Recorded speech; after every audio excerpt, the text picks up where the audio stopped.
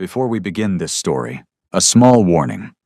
If you enjoy chaotic royal disasters, terrifying mothers, and kings who run from romance like it's a burning building, you should probably subscribe right now, because if you don't, there is a very high chance Queen Drusilla Grand Babington will personally appear at your house, sit in your living room, sip tea, and begin asking you extremely uncomfortable questions about your life choices. She will not leave. She will not blink. She will simply stare at you and say things like, "Are you happy with the decisions you've made? Why haven't you subscribed yet? Do your parents know you behave like this?" So really, for your own safety, you should subscribe. Now then, let us begin. Our story takes place in the glorious, powerful, and occasionally ridiculous kingdom of Howlingtonia. For a kingdom famous for three things: its powerful warriors, its dramatic nobles, and its deeply confusing royal family. At the center of this kingdom sits the royal palace, a magnificent building filled with marble halls, golden chandeliers, and servants who have learned to walk very quietly whenever the queen is in a mood. Inside this palace lives the most feared woman in the land, Queen Drusilla Grand Babington. Her hobbies include ruling the kingdom, drinking tea, plotting ways to get her son married. This last hobby has consumed her life for the past 10 years, because her son is none other than the mighty Alpha King himself, King Barnabas Fluffernoggin, 30 years old, war hero, leader of armies, feared by enemies across the continent, terrified of romance. Barnabas once defeated 3 enemy commanders in a single battle. But when a noblewoman once told him he had lovely eyes, he immediately pretended to faint and rolled under a table. Love, in his opinion, was far more dangerous than warfare. Which brings us to the current situation. The Royal Council meeting. A long table filled with ministers discussing important matters of state, taxes, trade, border patrol, and the Queen's favorite topic, marriage. Queen Drusilla lifts her teacup and asks the most terrifying question in the kingdom. "Barnabas, when are you getting married?" Every single person in the room stops breathing, because they have seen this battle before. Barnabas replies with the confidence of a man who has been avoiding this question for a decade. "Mother, I am currently focusing on important matters of state." The Queen raises one elegant eyebrow. "Such as?" Barnabas panics, but his brain desperately searches for an answer. "Goats." The council slowly turns to stare at him. The royal treasurer blinks. The military general blinks. Even the royal cat, who has been asleep on the windowsill for 3 hours, opens one eye in judgment. "Goats?" the Queen repeats. "Yes," Barnabas says quickly, leaning forward as if explaining something extremely serious. "Suspicious goats." The silence in the room becomes so thick it could legally qualify as furniture. Queen Drusilla sighs. It is the sigh of a woman who carried this child for 9 months only for him to grow up like this. "Barnabas?" "Yes, Mother?" "If you say the word goat one more time to avoid marriage." She slowly sets down her teacup. "I will personally buy you a wedding ring." The entire council flinches. Barnabas stands up immediately. "I must inspect the goats." And he flees the room with the speed of a man escaping a burning building. The doors slam behind him. The council sits in stunned silence. Finally, the royal advisor clears his throat. "Your Majesty," he says carefully, "there are no goats in the palace." Queen Drusilla calmly takes another sip of tea. "Yes," she says, "I know." At that exact moment, the doors burst open. A guard runs in, out of breath. "Your Majesty," he shouts, "there is a goat in the royal garden." The council slowly turns. The guard continues, "It has eaten 3 roses, 2 napkins, and the finance minister's hat." Queen Drusilla closes her eyes. Somewhere in the palace courtyard, the King Barnabas Fluffernoggin can be heard shouting triumphantly, "I told you the goats were suspicious." And in that exact moment, Queen Drusilla Grand Babington realizes something very important. If her son can invent goats to escape marriage, then she can invent much worse things to make sure he doesn't. And unfortunately for King Barnabas, she has just started planning. Historians in the Kingdom of Howlingtonia will one day record many great conflicts: the Battle of Red Fang Valley, the Siege of Ironclaw Fortress, the War of the Seven Dukes. But none of those compare to the most brutal conflict of the last decade, the 10-year war between a mother and her son. On one side, the unstoppable mastermind, tea enthusiast, and emotional strategist, Queen Drusilla Grand Babington. On the other side, the strongest alpha king in the continent, and the only man in the kingdom who treats romance like a contagious disease, King Barnabas Fluffernoggin. For 10 years, Queen Drusilla has attempted to get her son married. For 10 years, Barnabas has treated this like a military survival exercise. Let us review the evidence. 1 year ago, during the Royal Spring Ball, 3 duchesses approached Barnabas at the same time. They smiled, they curtsied. One of them said, "Your Majesty, you look very handsome tonight." Barnabas immediately nodded politely, turned around, and climbed out a window. He was later discovered hanging from a balcony while whispering to a confused guard, "Tell them I died bravely." Another time, Queen Drusilla arranged a polite dinner with a charming countess. The countess attempted light conversation. "Your Majesty, what hobbies do you enjoy?" Barnabas panicked and replied, "Running." Then he ran away. Another memorable incident involved a statue. During a royal garden party, Barnabas spotted 3 noblewomen walking toward him with determined smiles. He immediately hid behind a marble statue of a heroic warrior. For 2 hours. Unfortunately, the statue was only waist-high. Everyone could see him. No one mentioned it, mostly because they were too confused. And then there was the Duchess. The poor woman merely tried to flirt. "Your Majesty," she said sweetly, "your smile is very charming." Barnabas stared at her, blinking. Then he dramatically clutched his chest and pretended to faint. The Duchess panicked. The servants panicked. The royal physician rushed over, but Barnabas opened one eye and whispered, "Is she gone?" Which brings us back to the present. Queen Drusilla has had enough. She drags Barnabas into a private chamber and closes the door behind them. The queen turns slowly. "Barnabas." "Yes, mother." "You are 30. "Yes." "You are the Alpha King." "Yes." "You need an heir." Barnabas nods seriously. "Yes." The queen leans forward. "So marry someone." Barnabas pauses. You can practically hear the gears in his brain grinding in panic. "Or," he says carefully, "I could inspect the goats again." The queen slowly closes her eyes. The silence that follows is so heavy, it could legally be considered a weapon.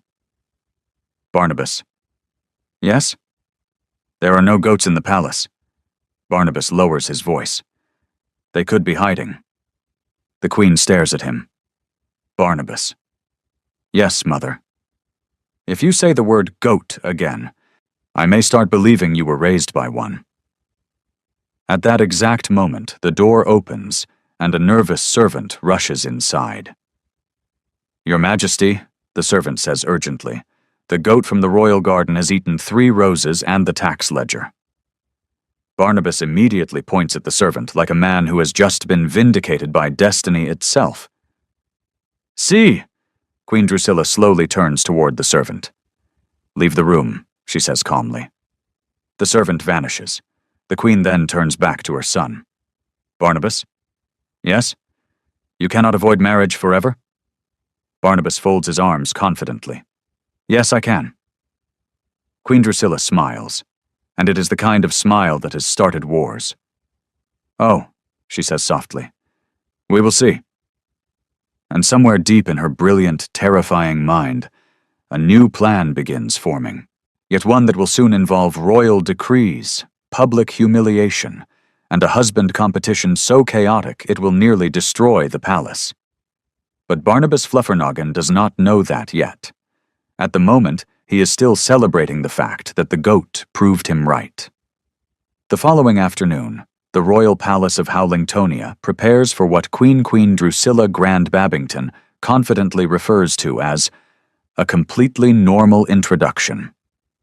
The servants know better. Whenever the Queen says completely normal, something deeply humiliating is about to happen to her son. Inside the royal garden pavilion, a small tea table has been arranged. There are delicate pastries, fresh flowers, and a magnificent fruit pyramid stacked so high it looks like a tribute to overconfident architecture. Queen Drusilla stands beside the table like a general about to launch a carefully planned military operation. Across from her stands the victim, the mighty Alpha King himself, King Barnabas Fluffernoggin. He has been informed that he will be meeting a guest. He does not know this guest is a potential romantic candidate. Queen Drusilla knows that if she told him the truth, he would already be halfway out the window. "Barnabas," the Queen says calmly, "I would like you to meet someone." Barnabas nods politely. "Of course, Mother." And then the guest steps forward. The sweet, gentle Omega known as Biscuit Snugglepuff. Biscuit smiles politely. "Your Majesty, it is an honor to meet you." Barnabas freezes, completely freezes. His brain immediately recognizes three things. 1. Biscuit Snugglepuff is extremely charming. 2. Biscuit Snugglepuff is looking directly at him. 3. His mother is watching this interaction like a hawk that has been waiting 10 years for this exact moment. Barnabas decides to act normal. This lasts exactly 6 seconds. Second 1. He nods politely. Second 2. He opens his mouth to speak. Second 3. He takes a step forward. Second 4. His foot catches the corner of the carpet. Second 5. He stumbles forward. Second 6. He crashes directly into the fruit pyramid. The entire structure collapses with the dramatic force of a small natural disaster. Apples roll across the floor. Oranges bounce off the table. Grapes scatter like tiny purple traitors. A pineapple lands in the Queen's teacup. Barnabas, attempting to regain his balance, accidentally lets out a low alpha growl. It is not threatening. It is the sound of a man whose dignity has just died. Biscuit Snugglepuff blinks. "Your Majesty?" Barnabas stands frozen in the middle of fruit chaos. An apple slowly rolls past his foot. Somewhere behind him, a servant quietly whispers, "Oh no." Barnabas looks at Biscuit, then at the fruit, then at his mother. Queen Drusilla is staring at him with the calm expression of a woman reconsidering every life decision that led to this moment. Barnabas does the only logical thing. He turns around and runs. He runs past the table, past the servants, past the garden gate. A guard sees him sprinting across the courtyard and shouts, "Your Majesty, is something wrong?" Barnabas shouts back while running, "The fruit attacked me!" The guard nods slowly. "Understood, Your Majesty." Back in the garden pavilion, the servants begin collecting scattered fruit. Biscuit Snugglepuff watches the king disappear into the distance, then politely turns toward the Queen. Does that happen often? Queen Drusilla closes her eyes. She takes a slow sip of tea. Then she whispers quietly to herself, "Unbelievable." That evening, the royal palace of Howlingtonia is unusually quiet. Servants walk softly through the halls. Guards whisper to each other. And somewhere in the royal garden, a goat is still chewing on something extremely expensive. Inside the Queen's private study sits the most patient woman in the kingdom. Or at least, she used to be. Queen Drusilla Grand Babington sits behind her desk with a teacup in one hand and a parchment in the other. On the parchment is the official royal seal, and the most dangerous sentence she has ever written. Across the desk stands the royal advisor, the very tired, very stressed, very underpaid man known as Lord Crumpet Wigglesnort. He has just finished reading the decree. His face slowly drains of color. Your Majesty? The Queen calmly sips her tea. Yes, Lord Wigglesnort. He holds up the parchment with trembling hands. You cannot announce that. Queen Drusilla tilts her head. Announce what? He points dramatically at the decree. This. She smiles sweetly. Oh, that. Lord Wigglesnort reads the line again, just to make sure he hasn't suffered some sort of stress-related hallucination. By royal decree, His Majesty King Barnabas Fluffernoggin now seeks a strong and worthy man to become his husband. The advisor gasps. You cannot tell the entire kingdom the king wants a husband. Queen Drusilla sets down her teacup with perfect calm. Oh, I absolutely can. The advisor begins pacing. This will cause chaos. The Queen nods. Yes. Nobles will panic. Yes. The palace will be flooded with strange men. Yes. Your Majesty, this could turn into a national spectacle. Queen Drusilla smiles. That is the plan. The advisor stops pacing. The plan? The Queen leans back in her chair. For 10 years, she says calmly, my son has avoided every woman in this kingdom. She lifts another parchment. And today he destroyed a fruit pyramid while growling at a chair. Lord Wigglesnort nods quietly. That was difficult to explain to the kitchen staff. So, the Queen continues, I have reached a logical conclusion. The advisor braces himself. What conclusion? Queen Drusilla folds her hands. If my son refuses women. She smiles pleasantly. Boy, then clearly he prefers men. Lord Wigglesnort chokes on air. But Your Majesty, she raises a finger. And if he does not prefer men. The smile becomes sharper. Then he will become so embarrassed by the situation that he will finally agree to marry the next respectable Omega I introduce. The advisor stares at her in stunned silence. This is blackmail. This, the Queen corrects, is motherhood. At that exact moment, the door bursts open. A guard runs inside. Your Majesty, we have a situation. Queen Drusilla sighs. What is it now? The guard bows nervously.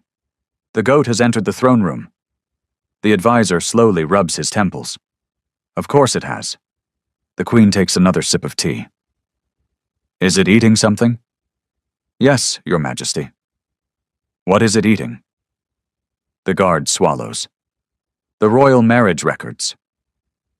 Queen Drusilla pauses, and then she smiles slowly. Well. She sets the royal seal firmly onto the decree.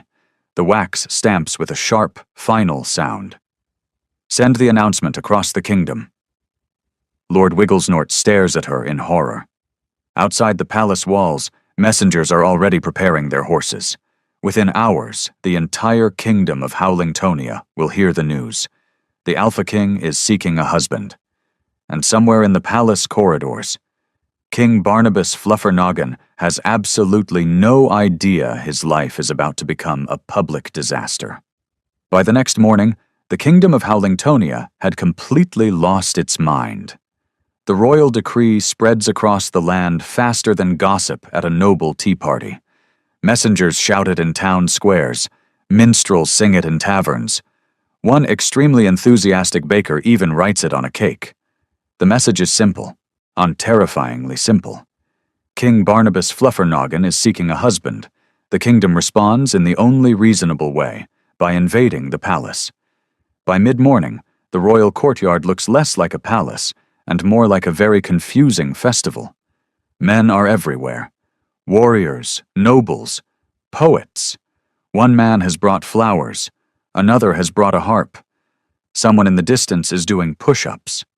A guard stares at the crowd and mutters, "This feels illegal?" Inside the palace balcony stands the architect of this disaster, Queen Drusilla Grand Babington. She sips tea calmly while watching the chaos below. Beside her stands the very pale royal advisor, Lord Crumpet Wigglesnort. Lord Wigglesnort looks down at the crowd with the haunted expression of a man who has just realized he will need to manage all of this. Or, Your Majesty. Yes? There are hundreds of them. The Queen smiles. Yes. I believe some of them are arm wrestling. Yes. I think 2 of them are arguing about beard quality. Yes. Your Majesty, someone has brought a peacock. The Queen raises an eyebrow. Ambitious. At that moment, the balcony doors burst open. King Barnabas Fluffernoggin storms outside. He looks at the courtyard. He looks at the men. He looks at the peacock. Then he slowly turns toward his mother. Mother, he whispers, what have you done? Below them, the chaos continues. A very dramatic noble steps forward, the flamboyant Duke Marmalade Puddleworth. He bows deeply and shouts, Your Majesty, I possess charm, wealth, and magnificent hair. Next to him, a muscular knight begins aggressively flexing his arms. This, the knight announces loudly, is the physique of a future royal husband. A nearby poet sighs dramatically and reads from a scroll. My king, your eyes shine like the moon reflecting off heroic puddles. Someone throws a grape at him. Across the courtyard, the enthusiastic Sir Gravy Boatlington climbs onto a fountain and shouts, I have excellent domestic skills. A guard looks up at him. What domestic skills? Sir Gravy Boatlington hesitates. Confidence. Meanwhile, 2 men are arguing. My beard is clearly more majestic. Your beard looks like a frightened squirrel. Barnabas slowly covers his face with both hands. Mother, he says weakly, this is a disaster. Queen Drusilla calmly sips her tea.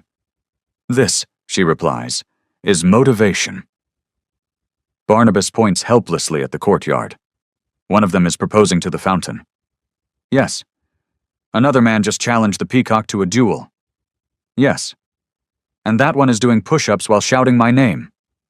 Yes. Barnabas stares at her. Are you trying to destroy my life? The Queen smiles pleasantly. No. She gestures toward the crowd. I'm helping you choose a husband. Barnabas slowly turns back toward the courtyard. At that exact moment, Sir Gravy Boatlington slips off the fountain and falls into the water. The crowd cheers anyway. Barnabas whispers, I would like to resign as king. The Queen pats his shoulder. Too late. And unfortunately for King Barnabas Fluffernoggin, this is only the beginning of the husband invasion. By noon, the palace courtyard of Howlingtonia has reached levels of chaos previously thought impossible. Men are still arriving. More flowers. More poetry. More aggressive flexing. One man has started singing a romantic ballad to the king's balcony. Unfortunately, he cannot sing. At all. King Barnabas Fluffernoggin watches this disaster unfold from the balcony beside his mother. Mother, he says slowly, one of them just proposed to the fountain again. Queen Drusilla Grandbabbington glances down. Oh yes. Why is the fountain accepting? Because the fountain has better social skills than you. Barnabas sighs. Below them, the crowd continues its strange competition. The dramatic Duke Marmalade Puddleworth is loudly reciting poetry again. Meanwhile, Sir Gravy Boatlington has returned to the fountain and is now demonstrating domestic skills by aggressively polishing a spoon. No one asked him to do that. Barnabas rubs his face. This is my life now. Just then, as the massive courtyard gates open again, a man walks in. Unlike the others, he is not carrying flowers. He is not flexing. He is not shouting poetry. He simply walks through the crowd with calm confidence. Tall, broad-shouldered. Calm in a way that suggests he has not lost his dignity in a courtyard full of lunatics. The guards immediately stand straighter. A knight announces his arrival. Presenting Sir Magnus Bouldershoulder. The name spreads through the crowd like a ripple. Some of the men step aside. Others glare suspiciously. Sir Magnus walks forward with the relaxed confidence of someone who has absolutely no intention of embarrassing himself today, which already makes him suspicious. Barnabas squints down at him. "Who is that?" The royal advisor, Lord Crumpet Wigglesnort, adjusts his glasses. "A respected knight, Your Majesty, known for discipline, intelligence, and heroic battlefield achievements." Barnabas nods slowly. So he's normal. Terrifyingly so. Sir Magnus stops in the center of the courtyard. He looks around. He watches a poet dramatically reciting love verses. He watches a man wrestling with a peacock. He watches Sir Gravy Boatlington polishing the same spoon with intense passion. Finally, Magnus sighs. A long, patient sigh. Then he speaks. "I assume this is the husband competition." The guards nod. Magnus folds his arms. "I see." Barnabas leans over the balcony. "You there?" Magnus looks up. "Yes, Your Majesty." Barnabas studies him carefully. "You're not flexing." "No." "You're not reciting poetry." "No." "You didn't bring flowers." "No." Barnabas narrows his eyes. "Then why are you here?" Magnus glances around the courtyard again. At the peacock duel, at the spoon polishing, at Duke Marmalade dramatically declaring his hair superior. Magnus shrugs. "I heard there were idiots here." Barnabas stares. "And?" "I came to supervise." Barnabas blinks, then slowly exhales in relief. "Finally," he says, leaning back against the balcony rail. "Someone who doesn't want to marry me." Below them, Magnus nods politely. "That would be correct, Your Majesty." Barnabas smiles for the first time all day. Wonderful. Dear listeners, take a deep breath, because this exact moment was the moment everything went wrong.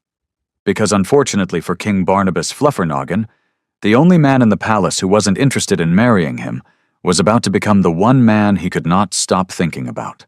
By late afternoon, though the palace of Howlingtonia was still drowning in the great husband invasion, most of the candidates have moved on to increasingly ridiculous strategies.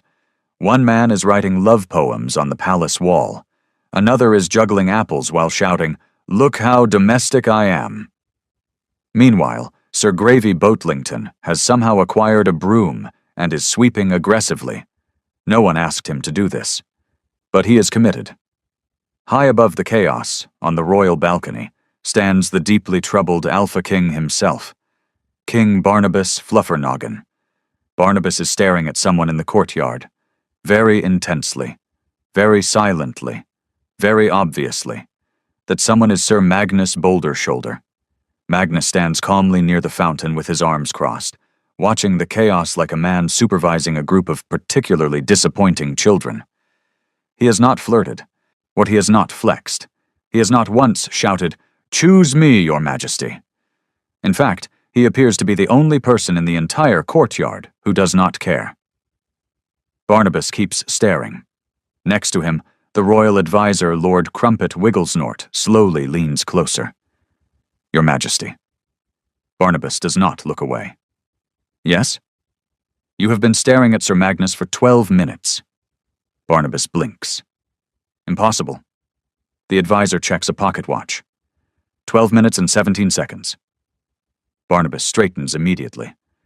"I was not staring." "You were absolutely staring." Barnabas clears his throat. "I was evaluating." "Evaluating what?" Barnabas gestures vaguely toward the courtyard.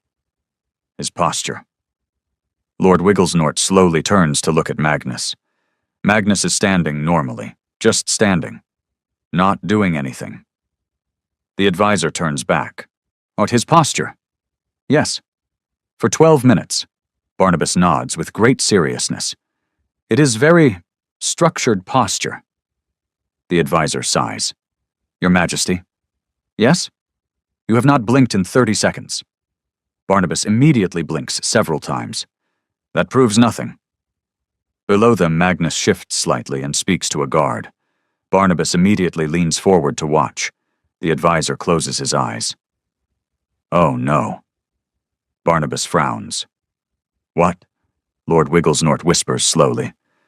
Your Majesty, I believe you are experiencing feelings. Barnabas recoils like he has been personally insulted. I most certainly am not. The advisor gestures dramatically towards the courtyard, whereas you have been staring at that man like a confused owl. I have not.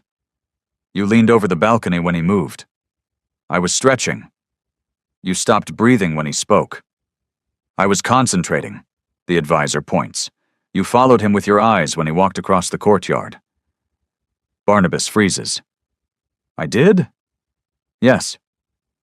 Barnabas slowly leans back against the railing. He stares down again. Magnus is now calmly separating two men who are arguing about beard superiority. He looks annoyingly competent while doing it. Barnabas mutters under his breath. His posture is excellent. Lord Wigglesnort covers his face. Your Majesty. Yes? You are developing a crush. Barnabas gasps. I am the Alpha King. Yes. I do not develop crushes. Yes. I conquer enemies. Yes. I lead armies. Yes. I do not stare at men for 12 minutes. The advisor checks his watch again. 14 minutes now. Barnabas grips the balcony rail. This is unacceptable. The advisor nods sympathetically. Yes. Barnabas points down at Magnus. That man doesn't even want to marry me. Yes. He literally said he came here to supervise idiots. Yes. Barnabas looks deeply offended. I am not an idiot. Lord Wigglesnort hesitates. I will not answer that. Below them, Magnus glances up toward the balcony. Their eyes meet. Barnabas immediately ducks behind a pillar. The advisor watches this happen. Slowly, quietly. Then he sighs, because the situation is now very clear. The Alpha King of Howlingtonia, the war hero, the fearless leader, the man who terrified enemies across 3 kingdoms, has just discovered something far more terrifying than war. Feelings. And unfortunately, he is handling them very badly. Night falls over the kingdom of Howlingtonia. The husband invasion has finally calmed down. Most of the candidates have been escorted out. A few are still lingering near the palace gates, loudly discussing beard maintenance strategies. But inside the palace gardens, something far more dramatic is about to happen. Standing near the moonlit fountain is the deeply stressed Alpha King, King Barnabas Fluffernoggin. He has spent the entire evening pacing, not ruling, not strategizing, just pacing.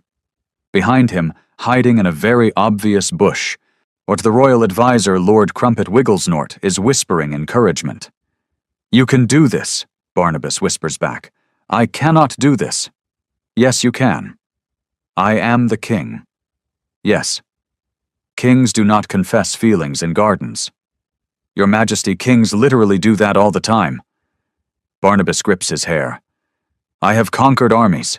I have faced battles. I have survived my mother. Yes. But this?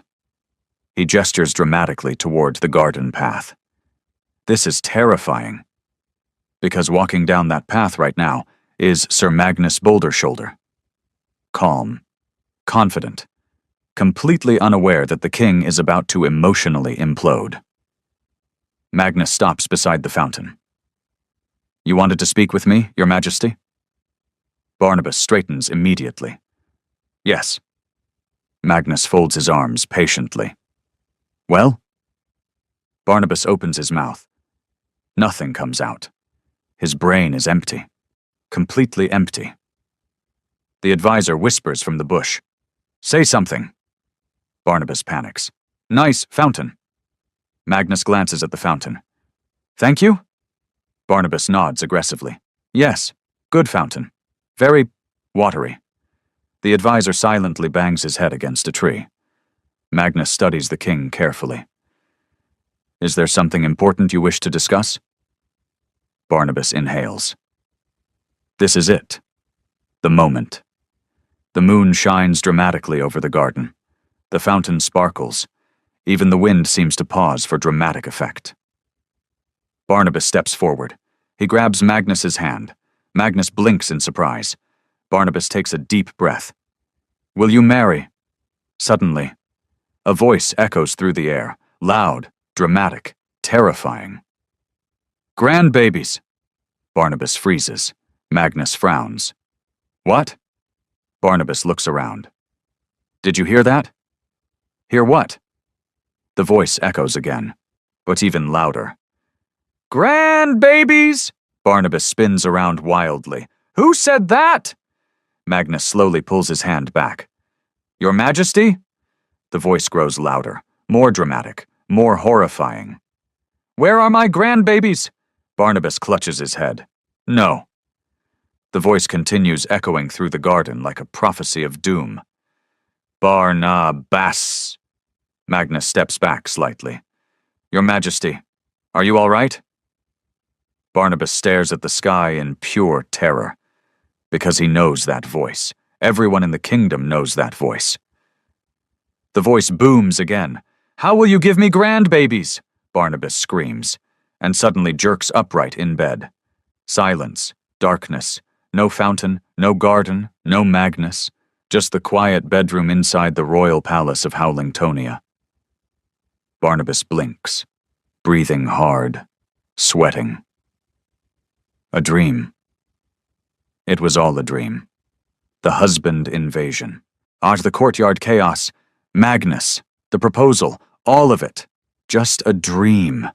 King Barnabas Fluffernoggin woke up like a man who has just escaped a haunted house. He sits upright in bed, breathing hard, hair wild, blanket wrapped around him like a frightened burrito. His brain is still replaying the horrors. The courtyard. The husbands. The poetry. The flexing. The terrifyingly handsome knight. And worst of all, the voice. "Grandbabies." Barnabas slowly presses his hands to his face. Never again. The room is quiet, peaceful, normal. No husbands, no proposals, no moonlit emotional confessions. Just his bedroom in the royal palace of Howlingtonia. Barnabas sighs with enormous relief. Thank the gods it was only a dream. A calm voice speaks beside him. Bad dream? Barnabas freezes. Slowly. Very slowly. He turns his head. Or standing beside the bed with the relaxed patience of a woman who has been waiting 30 years for this moment, is his mother. Queen Drusilla Grand Babington. She is holding her morning tea. She looks extremely awake, extremely calm, extremely suspicious. Barnabas stares at her. Mother. Good morning, dear. How long have you been standing there? The Queen takes a sip of tea. Long enough to watch you yell, "No more husbands" in your sleep. Barnabas slowly sinks deeper into the blankets. That sounds inaccurate. Does it? Yes. Because you also shouted, "Stop flexing and put the peacock down." Barnabas covers his face. I hate dreams. The Queen tilts her head slightly. So. Barnabas peeks through his fingers. So. What? Bad dream? Barnabas sighs heavily.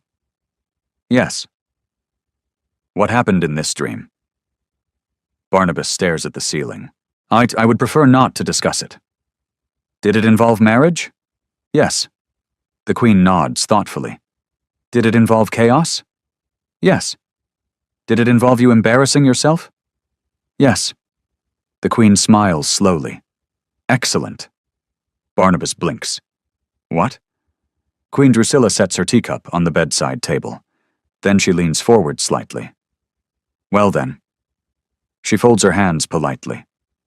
Are you ready to get married? Barnabas pauses. Normally, this is the moment he runs. The moment he climbs a window.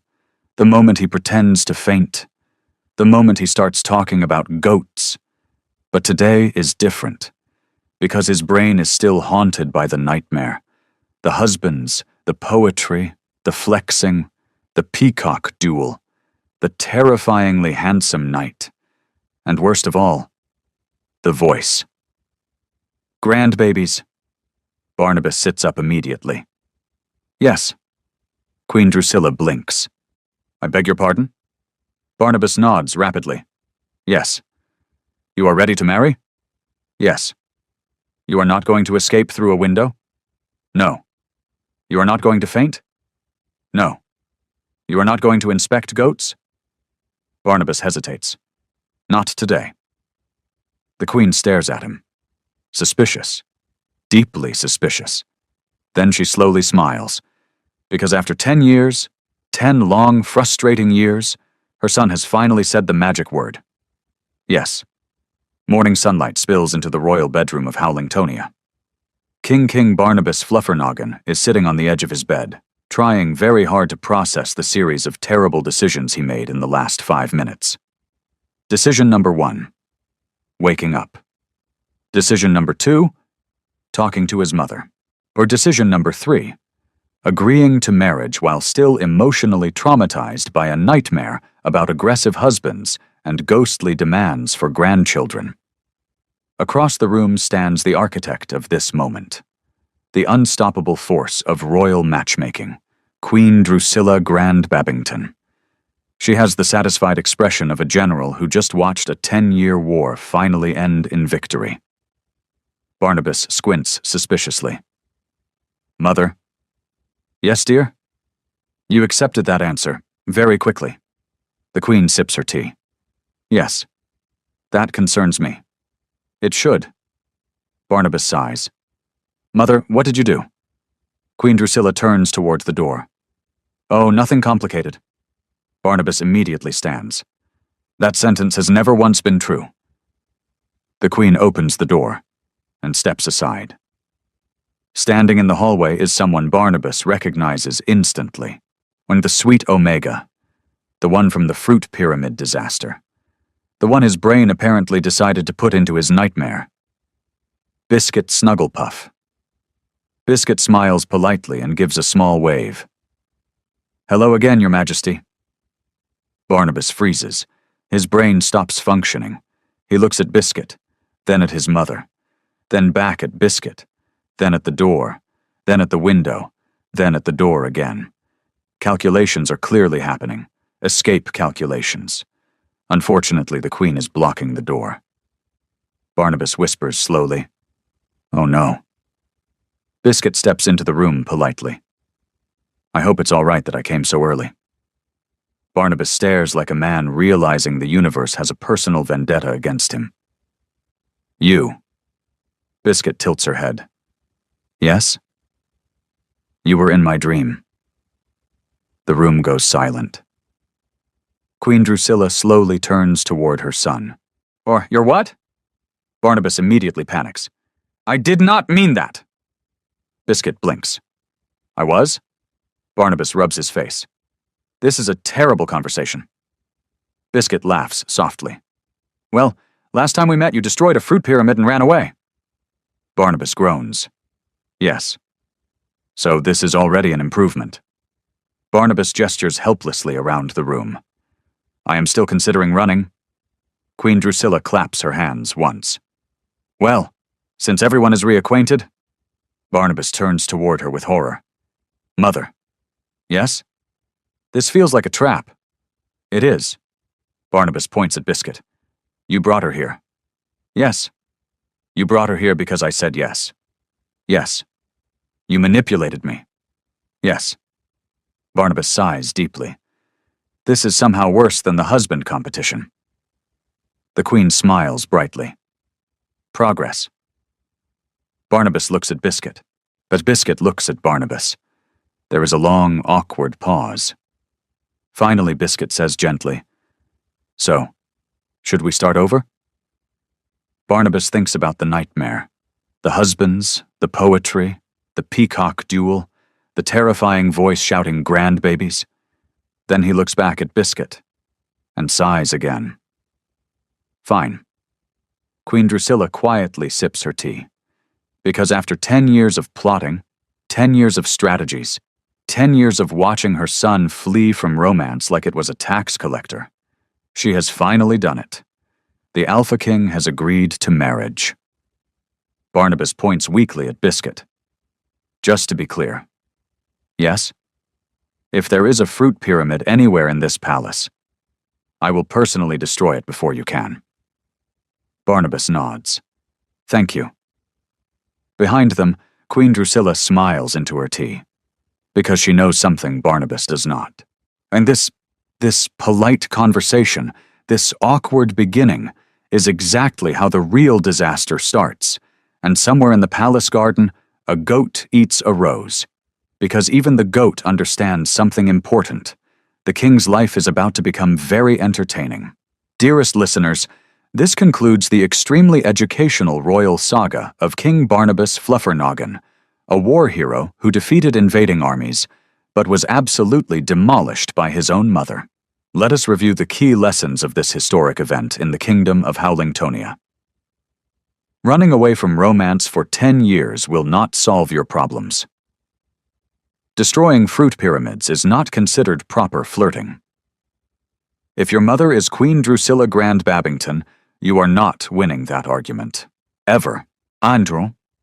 And most importantly, never fall asleep after arguing with your mother about marriage, because you might wake up already engaged.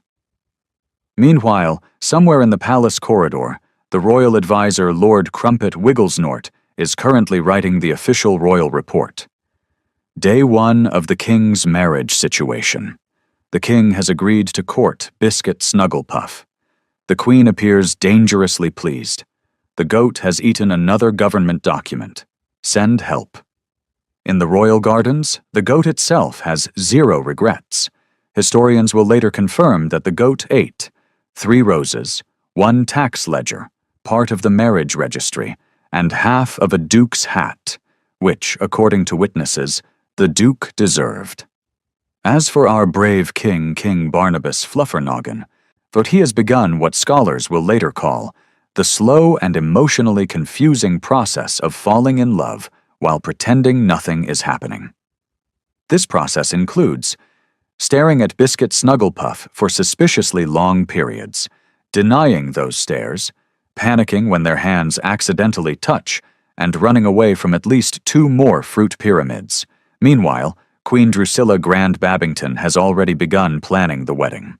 The guest list is 3 pages long. The cake is 7 tiers tall, and the royal decree now reads, all goats must remain at least 50 feet away from the dessert table. Will King Barnabas survive courtship? Will Biscuit Snugglepuff survive the royal family? Will the goat eventually run the kingdom? Historians say, probably. But one thing is certain. In the kingdom of Howlingtonia, peace has returned. Or the people are happy. The queen is satisfied. The king is nervous. And somewhere in the palace, a voice echoes faintly in Barnabas's nightmares. Grandbabies, now before you escape this story like Barnabas escaping a fruit pyramid, do the responsible thing. Subscribe, because if you don't, Queen Drusilla will personally arrive at your house with tea, a marriage contract, and a goat. And trust me, you do not want to negotiate with that goat.